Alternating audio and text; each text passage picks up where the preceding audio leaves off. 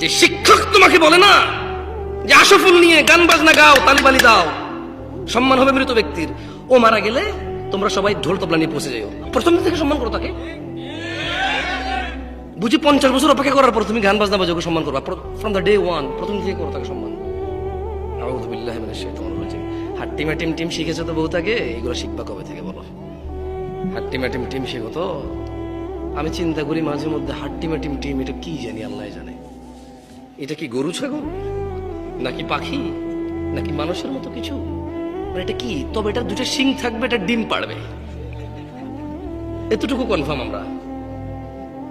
এটা কি? এটা বাচ্চা প্রসব করবে না, বাদুর যেরকম করে, ঘোড়া যেরকম করে, গরু যেরকম করে, মানুষ যেরকম পেটে বাচ্চা প্রসব করে, এটা এরকম প্রসব করবে না, এটা ডিম পাড়বে। এটা কি করবে? ডিম পাড়বে। এটা পানিতে থাকবে না ডাঙায় থাকবে আমরা জানি না, নাকি উভয় চর হবে এটা আমরা জানি না। হয়তো 50 বছর পর দেখাও পেতে পারি হাট্টি মাটিমের।